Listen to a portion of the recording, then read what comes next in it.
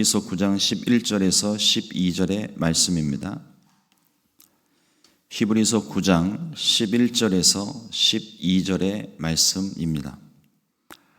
같이 한 목소리로 합독하시겠습니다.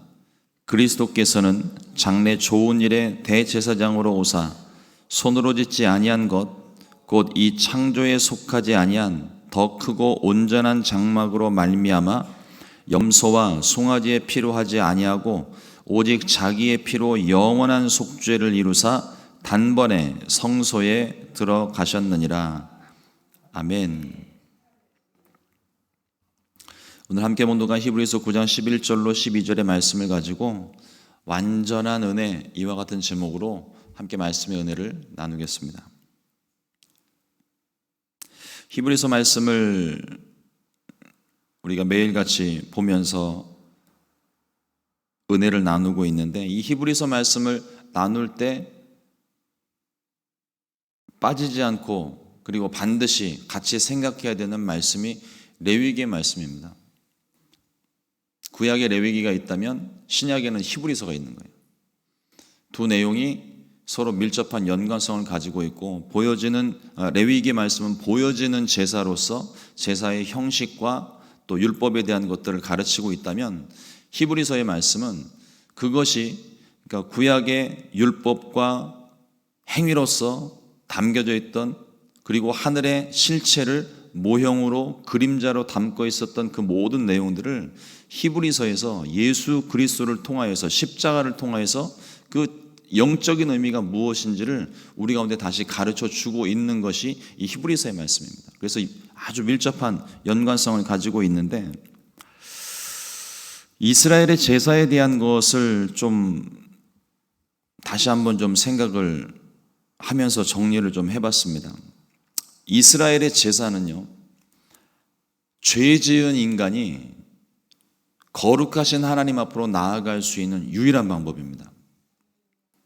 이건 사람이 머리를 짜내고 쥐어짜서 그 방법을 찾아낸 것이 아니라 하나님께서 가르쳐 주신 거예요. 거룩하신 하나님께서 너희가 내 앞에 오려거든, 누구든지 나를 만나려거든 흠없는 제물을 가지고 내게 나아올지니라. 죄로 인해서 하나님과 관계가 깨어진 사람은요, 하나님께 나아갈 수 있는 방법이 없습니다. 아무리 하나님께 나아가고 싶어서 몸을 씻고 정결하게 하고 10번을 씻고 100번을 씻어도 죄는 씻을 수가 없습니다. 우리가 죄인이기 때문에, 죄인이 스스로의 죄를 해결한다면 그건 죄가 아닌 거예요. 죄를 가진 인간은 거룩하신 하나님 앞에 나아갈 수가 없습니다. 그런데 그 끊어진 관계 때문에 사람도 답답한데, 우리가 답답한 것 이상으로 하나님이 더 답답해 하십니다. 사랑받을 만한 존재로, 또 하나님과 교제할 존재로 하나님의 모양과 형상대로 사람을 창조하셨는데, 어느 날 갑자기 사람이 지은 죄 때문에, 그 말씀에 불순종하고 선악을 알게 하는 나무의 실과를 따먹은 것 때문에 그것이 죄가 되었고, 어느 날 갑자기 모든 관계가 끊어져 버렸어요. 사랑했던 사람을 잃어버린 경험이 있으신 분들은 이 아픔과 이 고통이 어떤 건지 아실 거예요. 만나고 싶은데, 더 가까이 가고 싶은데 그럴 수 없는 이 속상한 마음, 답답한 마음, 어떻게 말로 표현할 수가 없는 그 마음, 이게 우리 마음도 이 정도인데 하물며 하나님의 마음이겠습니까? 하나님께서 우리를 잃어버린 그 슬픔을 다 표현을 할 수가 없는 거겠죠.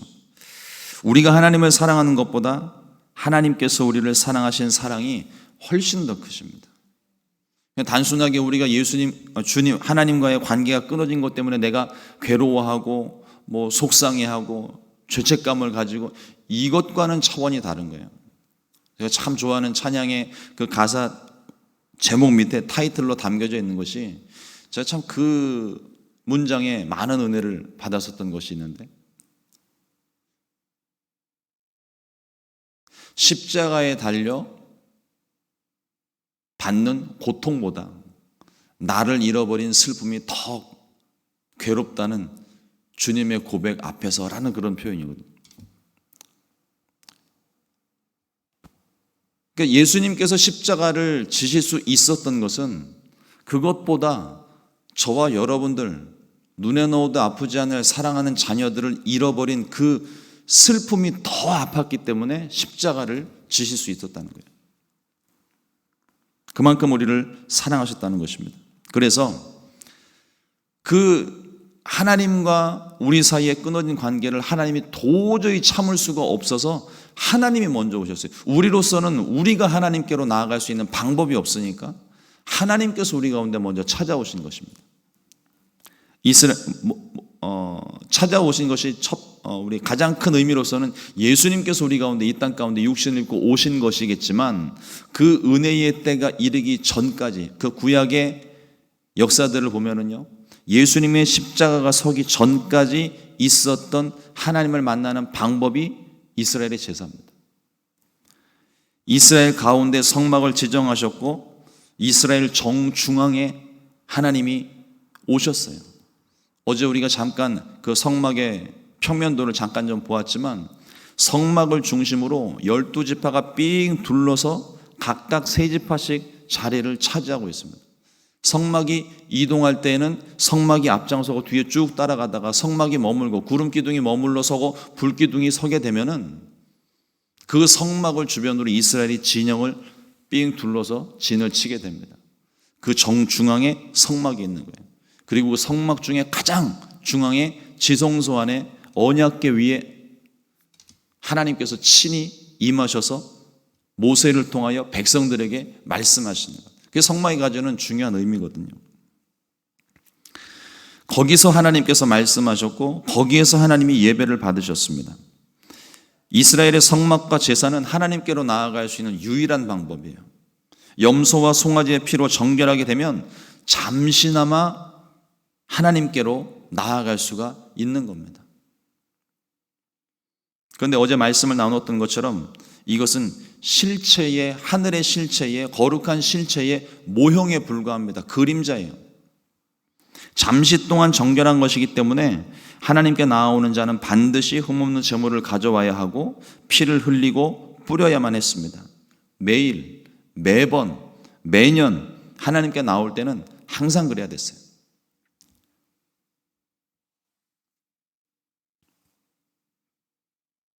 짐승의 피로 일시적으로 씻은 것이기 때문에 끊임없이 반복을 해야 됩니다. 이게 한계가 있다는 걸 보여주는 거예요. 짐승의 피는 완전하지 못하다는 걸 보여주는 단적인 증거입니다. 그런데 예수님께서 대제사장이 되어 십자가에 달리신 후에는 더 이상 그럴 필요가 없었습니다. 예수님의 보혈이 완전한 죄사함의 은혜를 가지고 있기 때문에 그래요.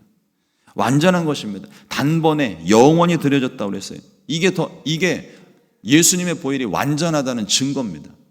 더 드릴 필요가 없는 거예요. 깨끗해졌으므로. 그래서 제사가 필요가 없는 것입니다. 몇 번 말씀을 드렸지만 저의 어렸을 적의 꿈은 화학공학자였습니다.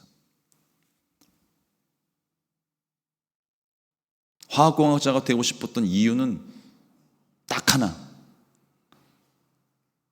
이빨 한 번만 닦으면 다시는 안 닦아도 되는 치약을 만드는 게 제 꿈이었었어요.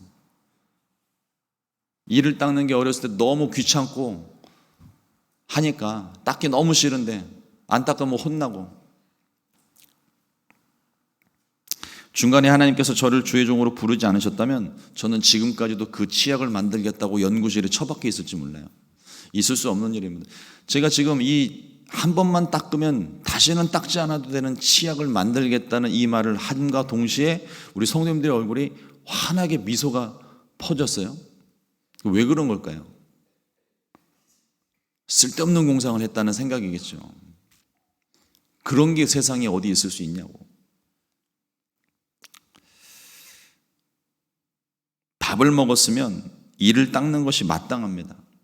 어제 닦았다고 오늘 안 닦으면 이가 썩겠죠. 음식을 굳이 먹지 않아도 입안에 세균과 냄새 때문에라도 이는 계속 닦아야 되는 겁니다. 어제 몸을 씻었다고 오늘 몸을 안 씻으면 몸에서 냄새가 나기 마련이고, 지난주에 때를 밀었어도 오늘 밀면 때는 또 나옵니다. 머리를 깎고 나면 당장에는 단정해 보이지만 시간이 지나면 지날수록 머리가 덥수룩해지고 지저분해지게 됩니다. 머리는 또 자라게 됩니다. 끊임없이 반복되는 일들이 있어요. 주의 문제도 이와 마찬가지입니다. 앞서 말씀을 드린 대로 한 번만 이를 닦으면 다시는 닦지 않아도 되는 치약을 말씀드렸을 때 웃으신 것, 있을 수 없는 일이라는 거죠. 그런데 세상에 그런 게 하나 있습니다. 예수님의 보혈입니다. 한 번만 씻으면 되는 거예요. 그 보혈을 의지하기만 하면 내가 구원을 얻는 거예요. 그럼에도 불구하고 우리가 매일같이 회개하고 예배드리고 하나님 앞에 죄인된 우리의 마음을 드리는 이유가 무엇일까요? 몸을 깨끗하게 씻고 난 다음에 잠깐이라도 밖에 나갔다 들어오면은요, 눈에 보이지는 않지만 손에 온갖 세균과 더러운 것들과 먼지와 보이지 않는 미세먼지도 우리 몸에 다 뒤집어 쓰고 들어온다는 거죠. 우리가 보혈을 의지해서 우리의 모든 지난날의 죄가 용서함 받았지만 그럼에도 불구하고 우리는 여전히 하나님 앞에 죄인입니다. 하나님 앞에 서 있는 우리들의 모습은요, 항상 죄인이에요. 주님을 만난 모든 사람들의 고백이 다 똑같습니다. 주여, 나는 죄인입니다. 나를 떠나소서. 주님 앞에 항상 우리는 그런 모습으로 서잖아요. 그러나 그 죄인임에도 불구하고 하나님 앞에 구약시대와 같이 단번에 죽는 것이 아니라 살 수 있는 것, 그 앞에 설 수 있는 이유는 우리를 위하여 대신 흘리신 보혈의 공로가 있기 때문입니다. 그 보혈의 공로가 단번에 영원히 드려졌기 때문에 우리는 더 이상 그 제사를 드릴 필요가 없지만, 그 제사 없이도 예수님의 보혈을 의지하면, 나를 위해 흘리신 그 보혈을 의지하면 우리는 주님 앞에 담대하게 설 수 있습니다. 지은 죄가 많아서 교회 오기 힘들어하는 사람들, 그런 사람들에게 보혈이 반드시 필요합니다. 그 보혈을 믿기만 하면, 아직 그 사람들이 깨닫지 못했기 때문에 못 믿는 것이, 그 보혈을 믿기만 하면 우리의 모든 죄, 내가 아무리 많은 죄, 아무리 큰 죄를 저질렀을지라도, 세상에서는 도저히 용서받지 못할 그런 죄를 저질렀을지라도 주의 보혈이 우리의 모든 죄를 씻어주십니다. 완전한 은혜예요.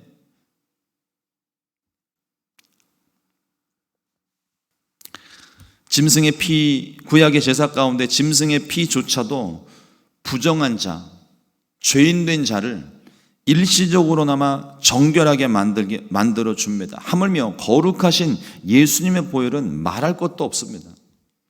히브리서 9장 14절 말씀에 하물며 영원하신 성령으로 말미암아 흠없는 자기를 하나님께 드린 그리스도의 피가 어찌 너희 양심을 죽은 행실에서 깨끗하게 하고 살아계신 하나님을 섬기게 하지 못하겠느냐. 그럴 수 없다는 것이겠죠. 흠없고 죄 없으신 예수님께서 십자가에서 피 흘려 죽으심으로 우리의 모든 죄가 씻음 받았습니다. 이 거룩한 은혜를 믿으면 죄 용서함을 받는 것이고 구원함을 얻게 됩니다. 그런데 앞서 말씀을 드렸던 그 치약을 말씀드리니까 다 비웃으셨던 것처럼, 제가 생각해도 어처구니 없는 일이지만 예수님의 보혈을 우리가 가서 전하게 될 때에 사람들이 비웃어요. 어떻게 그런 일이 있을 수 있느냐. 난 지은 죄를 깨닫지도 못할 뿐더러 지은 죄가 너무 많은 사람도 어떻게 그런 일이 있을 수 있느냐. 이건 씻을 수 없는 죄인데 어떻게 그럴 수 있느냐면 안 믿습니다. 그래서 구원이 임하지 못하는 거예요. 우리가 그 예수님의 보혈을 전하게 될 때에도 그것을 위하여, 그 한 사람을 위하여 끊임없이 우리가 중보하고 기도해야 됩니다. 기도함 없이는, 하나님 앞에 엎드러짐 없이는 그와 같은 구원의 역사는 일어나지 않습니다. 날마다 그 보혈을 의지하고 그 보혈의 능력이 우리가 복음을 전하는 그 사람들에게 전하여질 수 있도록 우리는 끊임없이 기도해야 될 줄로 믿습니다. 히브리서 9장 22절 말씀에 보면 율법을 따라 거의 모든 물건이 피로써 정결하게 되나니 피 흘림이 없은즉 사함이 없느니라 말씀합니다. 제사에 필요한 이 가장 중요한 피에 대하여 결정적으로 말하고 있습니다. 구약의 제사를 드리게 될 때 특별히 이제 대속죄일 같은 경우 성소 안에서부터 제단에서부터 피를 뿌리고 바르고 또 칠하여서 제단에서부터 점점 바깥으로 거룩한 지경을 정결해지는 이 과정들을 끊임없이 반복을 합니다. 이 일에 어떠한 일이 있느냐? 피에는 생명이 담겨져 있기 때문에 그래요.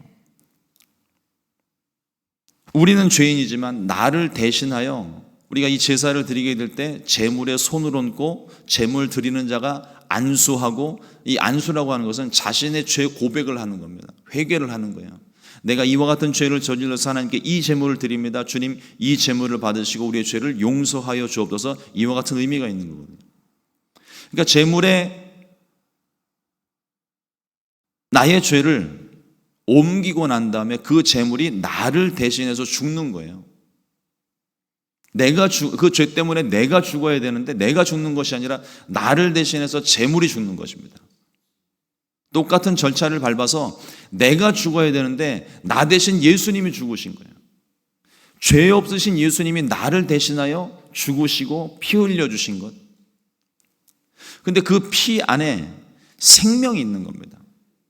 피가 다 빠지면 사람이 살 수 없어요. 짐승도 마찬가지입니다. 그 피에 생명이 있기 때문에 이 사람의 죄는 이 피로서 대신합니다라는 의미를 담아서 피를 제단에 뿌리고 바르고 부어서 여러 가지 절차들을 통해서 그 모든 죄를 속량하고 죄값을 갚고 정결하게 해서, 그래서 하나님을 일시적으로만 잠시 만나는 것인데 거룩한 보혈이, 완전한 보혈이 나를 대신하여 피 흘려주심으로 이제는 더 이상 그것을 반복할 필요가 없다는 것이죠. 보혈의 피가, 우리가 새 언약에 대한 부분을 앞선 말씀드려서 잠깐 보았었는데, 구약의 말씀들이 돌판에 새겨진 것이라면 신약의 새 언약은 우리의 마음에 새겨졌다고 그랬어요. 그 보혈이 이 마음 가운데 흐르는 겁니다. 그 보혈을 우리가 의지하게 될 때에 더 이상 율법적인 조항의 제사들을 반복하는 것이 아니라 매일매일 이제는 그 보혈을 의지하면서 하나님, 어제도 내가 이런 죄를 저질렀는데 주님 나를 용서해 주옵소서. 하나님, 어제도 주님을 이와 같이 믿지 못하고 의심했는데 나의 죄를 용서하여 주옵소서. 어제도 내가 주님께서 말씀하신 거 순종하지 못했는데 나의 죄를 용서하여 주옵소서. 끊임없이 보혈을 의지하며 우리의 마음을 새롭게 깨끗하게 하는 것입니다. 그 보혈에 예수님의 생명이 있기 때문에 그 생명을 우리가 받는 거예요. 그러므로 보혈을 거룩하게 여기십시오. 우리에게 거저 주신 것이라고 이것이 싸구려 은혜가 아닙니다. 갚을 수 없기 때문에, 이걸 값으로 지불할 수 없기 때문에 거저 주신 거예요. 근데 우리는 이것이 너무나도 쉽게, 너무나도 간단하게 내게 온 것 같아서 우리가 그 은혜를 너무 가볍게 여기지는 않았으면 좋겠습니다. 반복되는 죄는요, 보혈의 은혜를 가치 없게 만드는 것이고, 보혈을 오히려 믿지 않는 것은 우리를 위해 자신의 생명까지 주신 주님을 모욕하는 일입니다. 그러므로 보혈을 우리는 매일매일 거룩하게 여겨야 돼요. 소중하게 여겨야 돼요. 내 목숨만큼 소중하게 여겨야 하는 것입니다. 다시 말씀을 드리지만 짐승의 피일지라도 일시적으로 정결하게 하는 기능이 있습니다. 피에는 생명이 있기 때문입니다. 그러나 거룩하신 예수님의 보혈은, 우리를 위해 친히 흘리신 그 보혈은 영원하고 완전한 보혈입니다. 그 보혈을 의지할 때만 우리가 용서받을 수 있고, 그리고 매일매일 그 삶 가운데 보혈의 은혜를 유지할 수 있습니다.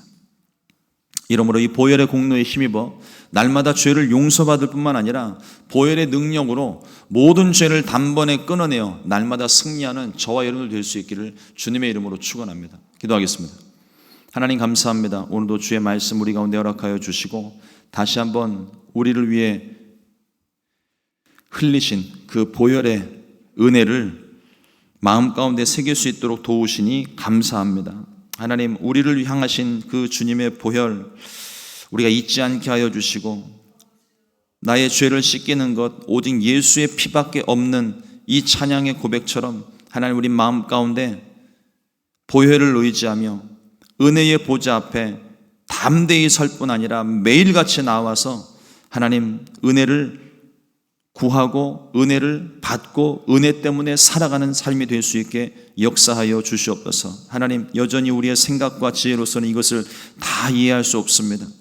성령께서 우리 가운데 충만하게 오셔서 우리로 하여금 말씀을 깨달을 수 있게 하시고 말씀이 체험되게 하여 주시고 이 말씀이 믿어지는 역사, 그 속에 있는 모든 영적인 의미들을 깨닫는 은혜가 있을 수 있도록 도와주시옵소서. 오늘 하루도 주님의 은혜로 살기를 원합니다. 이 새벽에 주님 앞에 나와 기도하는 모든 기도의 제목들 가운데 주께서 속히 응답하여 주옵시고 하나님 모든 환경의 문제들이 사라지고 해결되고 또 우리와 함께 하시는 주님의 음성을 듣고 내 마음 평안하여지고 육체 가운데 가지고 있는 모든 질병을 주님이 고쳐주셔서 주님 예수 믿는 기적을 맛보게 하여 주옵소서. 주님의 살아계신 증거로 오늘 하루를 살기를 간절히 소망하고 예수님의 이름으로 기도드렸습니다. 주님과